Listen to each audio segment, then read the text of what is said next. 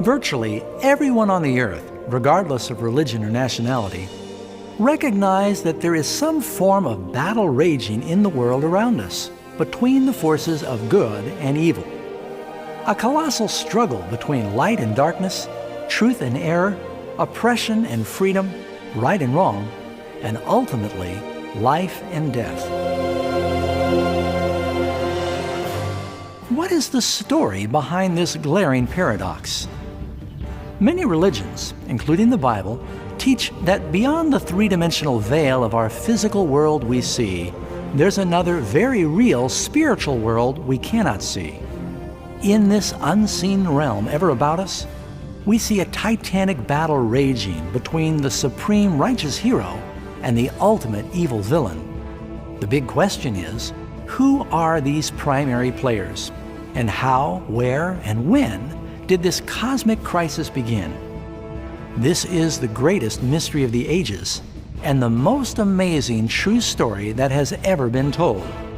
This crisis now involves every person on earth. Yes, every person.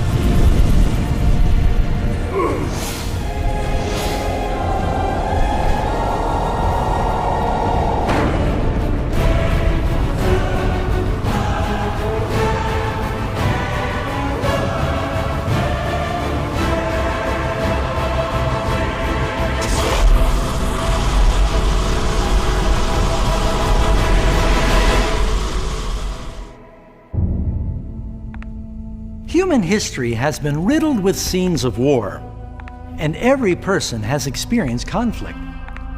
But to understand the origin of evil, we must travel back in time to the very first war of the universe, because this battle did not occur on Earth. Before our world even existed, there was a war in heaven. Even the words war in heaven sound like the ultimate paradox. It's almost unimaginable to us that there could be a battle and strife among God's perfect beings in paradise. What could have caused this celestial conflict? Thankfully, an ancient book called the Bible gives us enough details so that we can piece together the astonishing account. Although tragic, it's also an incredibly tender love story that reaches down through the ages, personally touching you and me and every individual on earth. Our story begins long ago in the very capital of the universe, in a place called heaven that was filled with angelic beings who delighted to do the will of God. Under the Creator's just and loving government, all of heaven enjoyed an existence of happiness and perfect bliss.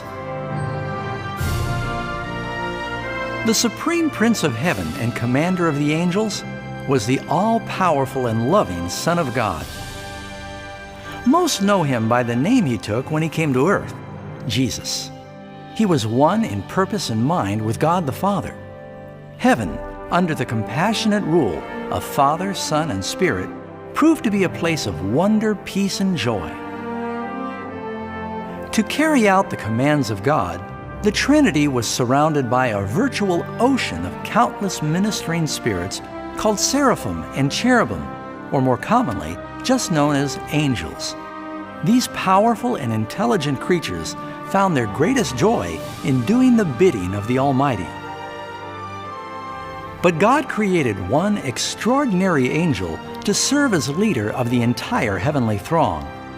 The Bible tells us that his name was Lucifer, which means light bearer.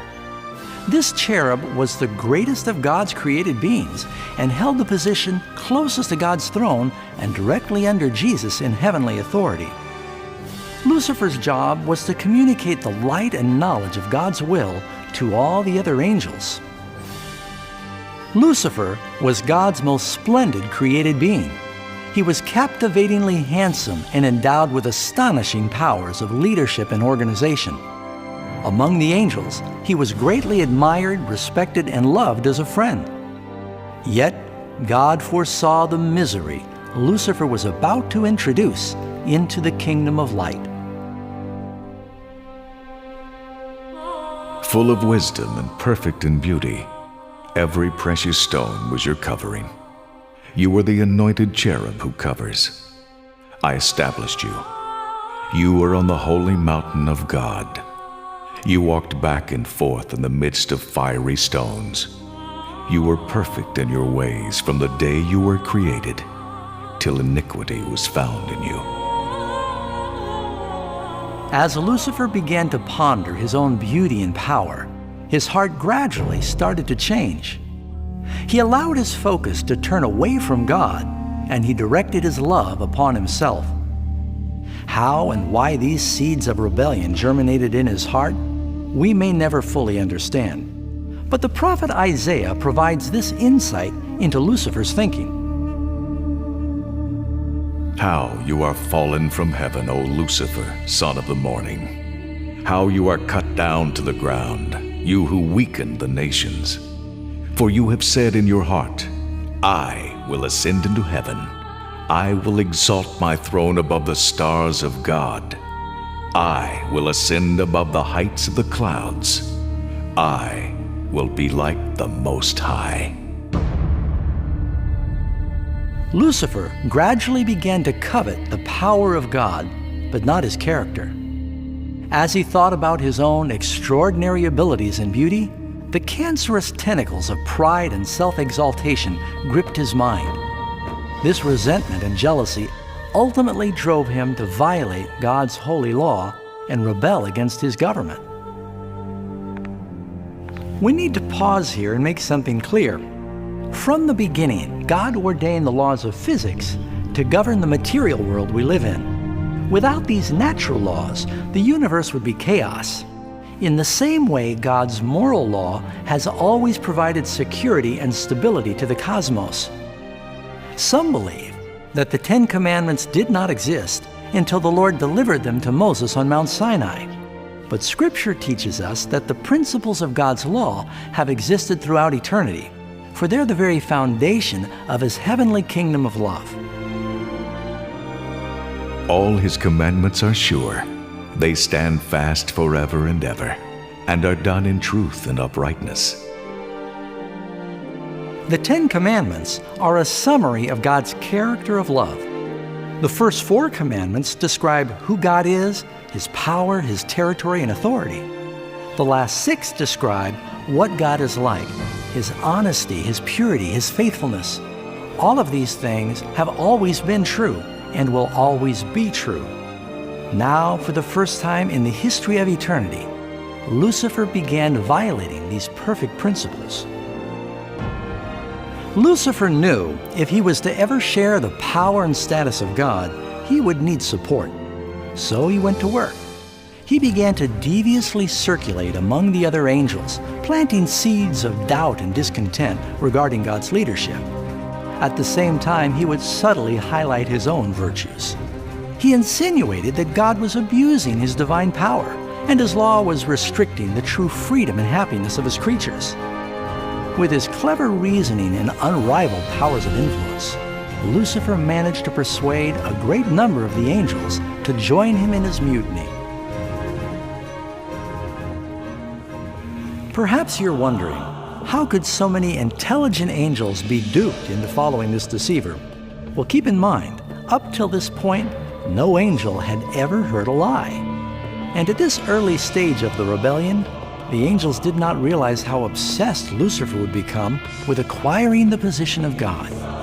They did not know he would eventually stoop to torture and murder God's own Son on the cross in an attempt to seize his throne.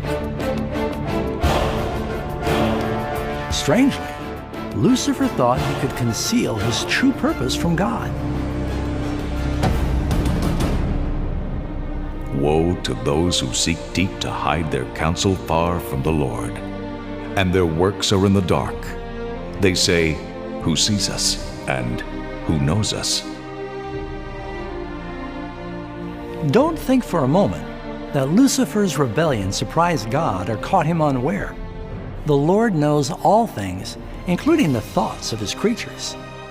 He understood exactly what was going through Lucifer's mind, and in loving mercy, God warned the wayward angel of his danger.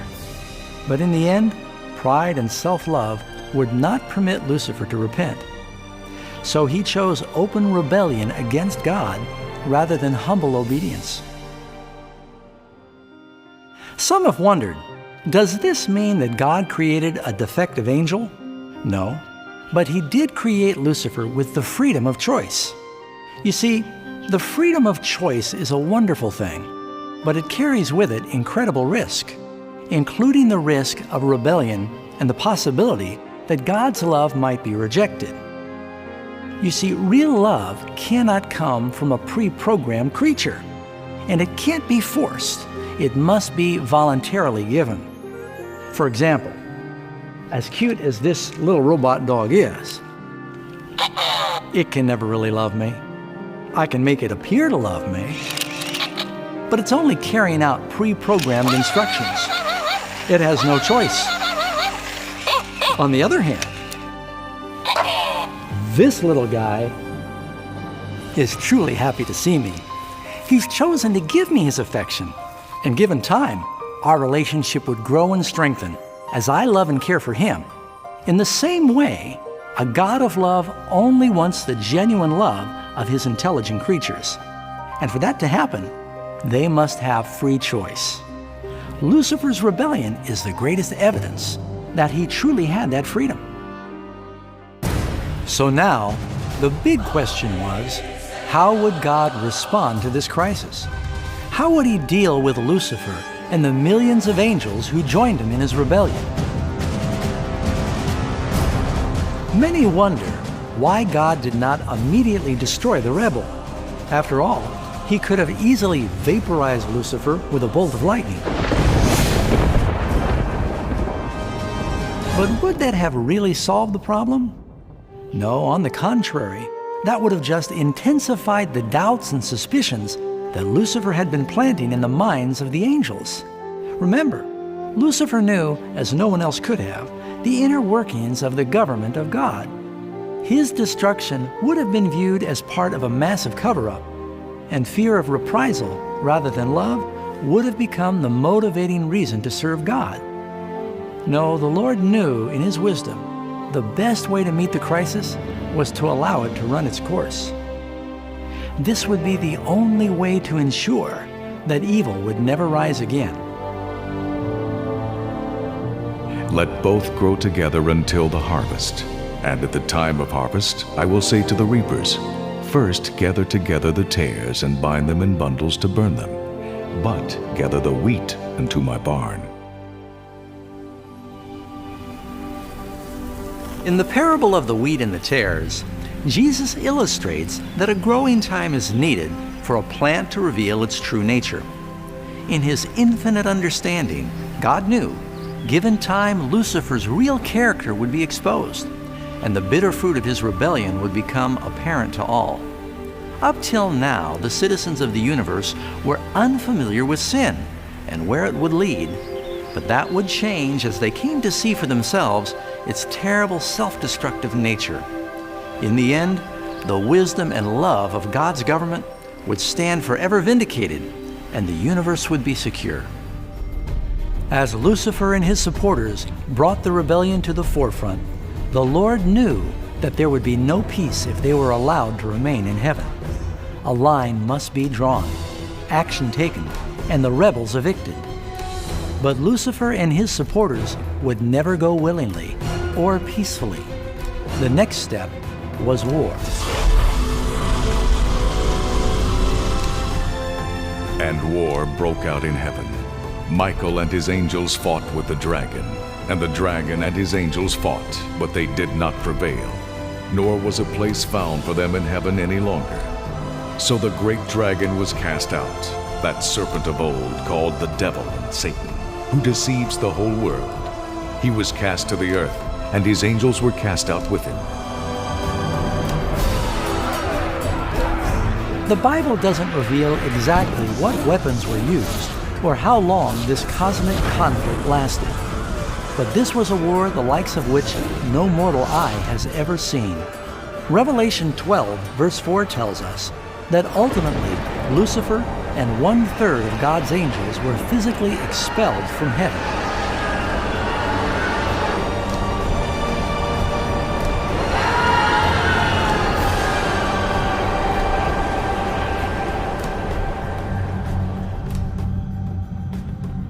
But what next? Lucifer now had millions of angels on his side, but he needed a staging ground from which to continue his revolt. Soon, all too soon, the universe would begin to understand how painful and costly the wages of sin could be.